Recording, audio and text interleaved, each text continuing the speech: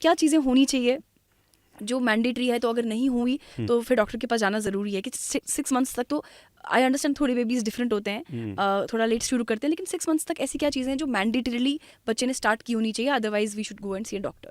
तो देखो एक चीज़ तो जब से हम मंथ वाइज डिस्कस कर रहे हैं, इसमें हर बच्चे का एकदम मैथमेटिक्स जैसा बराबर नहीं होता है। अच्छा। 2 महीने आगे पीछे हो सकते हैं किसी भी माइलस्टोन्स पे। दूसरी चीज़ होती है जो बच्चे प्रीटर्म हुए, प्रीटर्म से मेरा मतलब है कि 37 वीक्स के पहले जो बच्चे हो जाते हैं उनको प्रीटर्म बोलते हैं। आपको पता, पहले भी मैंने बताया हुआ कि जो बच्चे थोड़ा जल्दी जन्म लेते हैं उनके माइलस्टोन्स थोड़ा टाइम लगेगा, क्योंकि वो माँ के गर्भ से मैच्योर होकर नहीं निकले, तो यहाँ पर उनकी मैच्योरिटी में थोड़ा टाइम लगता है। तो जैसे मान लीजिए कोई 35 वीक्स में हुआ तो उसको थोड़ा और टाइम लगेगा, कोई 32 वीक्स में हुआ तो उसको भी और ज़्यादा टाइम लगता है वो माइलस्टोन रीच करने के लिए, क्योंकि एक होती है डेवलपमेंटल एज और एक होता है क्रोनोलॉजिकल एज। तो जब डेवलपमेंटल एज उस बराबर आएगी, जो बच्चा 37 वीक्स में हुआ है उसका 6 मंथ्स और जो बच्चा 30 वीक्स में जन्म हुआ उसका 6 मंथ्स एक बराबर माइलस्टोन्स नहीं होंगे, क्योंकि वो बच्चा 2.5 महीने पहले जन्म ले लिया तो उसको वो 2.5 महीना एक्स्ट्रा हमें मार्जिन देना पड़ता है वो डेवलपमेंटल स्टेज रीच करने के लिए। तो प्री टर्म बेबी और टर्म बेबी में अंतर होता है, और टर्म बेबीज में भी सब बेबीज एक ही टाइम पे सारे माइलस्टोन रीच नहीं करते।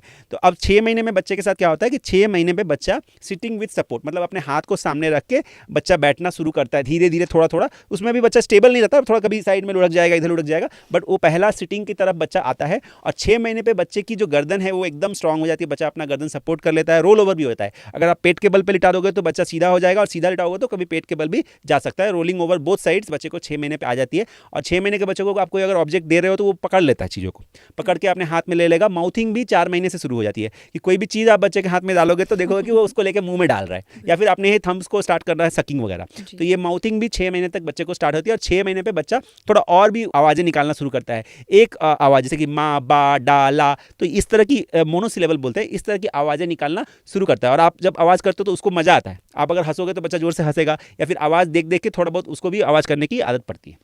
तो ये चीज़ें हैं कि sitting with support, head strong हो जाना, एक सिंगल जो वॉइस है वो निकालना, माँ, बा, ला, ऑल्दो मीनिंग नहीं समझ में आता, बट इतना सारा बच्चा बोलता है, रोल ओवर हो जाता है, चीज़ों को पकड़ता है। आप कोई झुंझुना या रैटल उसके सामने दोगे तो उसको पकड़ने के लिए वो हाथ बढ़ाता है, कभी दोनों हाथ से पकड़ेगा, कभी एक हाथ से पकड़ेगा। तो ये चीज़ें 6 महीने पे बच्चे करते हैं। बहुत बहुत बिल्कुल सही डॉक्टर, ये हमने एक्सपीरियंस किया हुआ है। बस मुझे ये बताइए कि डॉक्टर जो आपने बताया कि बच्चा बैठना शुरू करता है और सपोर्ट के साथ या थोड़ी हेल्प, तो क्या एज पेरेंट्स हम उनकी कुछ हेल्प कर सकते हैं इस चीज़ को थोड़ा और इम्प्रूव करने की, या उनको हेल्प करने की, सपोर्ट करने में? हाँ, देखिए जो बैठना है, अगेन मैंने बताया कि सब बच्चे एक ही दिन में बैठना नहीं शुरू करते। हर डेवलपमेंटल स्टेज में एक लर्निंग प्रोसेस बच्चे को नेचुरली गॉड गिफ्टेड है। तो बच्चा अगर नॉर्मल है तो धीरे धीरे उसकी जो ब्रेन डेवलपमेंट के साथ मसल्स की डेवलपमेंट, जैसे मैंने बताया, ऊपर से नीचे तक होती है, और उसकी वजह से बच्चा धीरे धीरे खुद भी बैठना सीखता है। और अगर पेरेंट्स मदद करना चाहें तो उसमें उनको क्या करना होता है, जो बैठने में मदद करती है वो हमारी कमर की मसल्स, जो बैक मसल्स है और जो वेस्ट मसल्स है उसकी स्ट्रेंथ, ठीक है।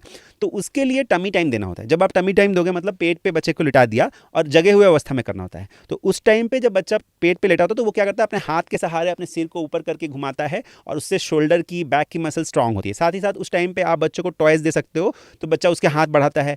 और कुछ दिनों के बाद जब बच्चा 6 महीने का हो जाए, आपको उसको बैठाने के लिए थोड़ा सपोर्ट के साथ उसके पीछे आप बैठ जाओ और सपोर्ट के साथ रखो, उसके एक तरफ सपोर्ट करो और सामने टॉयज दे दो, तो फिर बच्चा सामने से हाथ बढ़ा के टॉयज लेके खेलेगा, और वो बैठी हुई पोस्चर में जितना देर रहेगा तो धीरे धीरे बच्चा बैठना सीखता है। इसके अलावा बच्चों की जो फीडिंग वगैरह अच्छे से करते रहेंगे, उसकी ओवरऑल न्यूट्रिशन मिलती रहेगी, तो बच्चा अच्छे से डेवलप होगा।